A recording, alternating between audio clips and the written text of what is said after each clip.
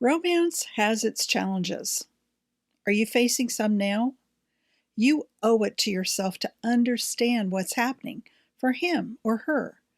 That is the underlying reason for that hurtful or frustrating behavior. Whenever I talk with a couple in distress, I always keep in mind that they were in love once.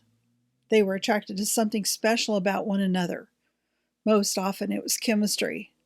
That I can't create by any kind of intervention technique.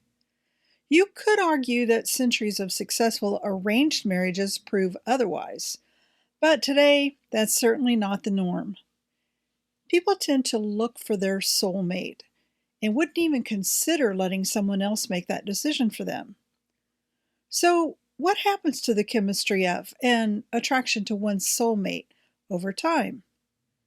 In fact, that chemistry and attraction are still present. They've just been overshadowed by the challenges you didn't anticipate and or prepare for.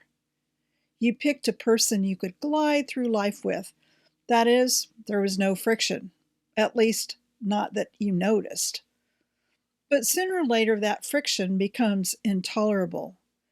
You go into self-protection mode, which is a perfectly natural response to pain. Your behavior changes. You avoid more or you get angrier. Because when something doesn't work, you just do more of it with greater intensity, right? The longer it goes on, the more impossible your situation seems. No matter how hard you try, you just cannot see a way past it. Your impulse to self-protect doesn't have to become a roadblock. Instead, your automatic tendency to defend your position is there as a signpost pointing to your next milestone in your relationship. Awareness matters. Yes, you know it's there, but you want it to go away. Me too. Who doesn't want to eradicate pain? But pain is there for a reason. If you ignore it, everything else will start to break down. Your health, your career, your family. You must take a different approach if you want to come out ahead. Simply put, it's your job to figure out what your pain is telling you. Now, be careful what you think and say at this point. Remember, you were in love with this person once. You owe it to yourself to understand what's happening for him or for her, the underlying reason for that hurtful or frustrating behavior.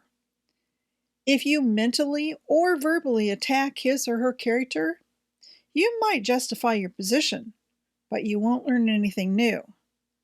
Once you understand what's happening, then you can plan a strategy. Sometimes that means you become more tender-hearted and compassionate, finding more effective ways to support your mate. Is he stressed at work? Is he worried about his ability to protect and provide for those he loves?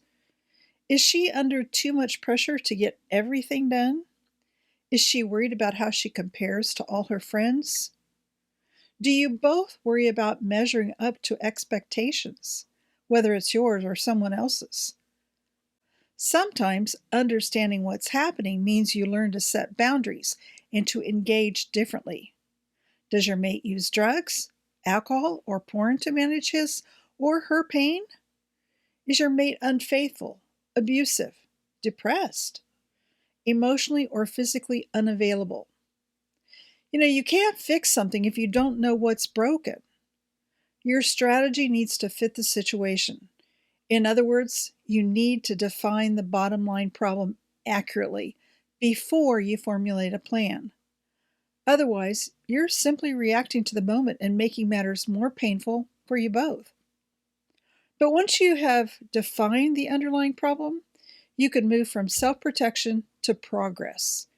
You will see the signpost instead of a roadblock and move toward your next marriage milestone. Not sure what to do next? Let's brainstorm together.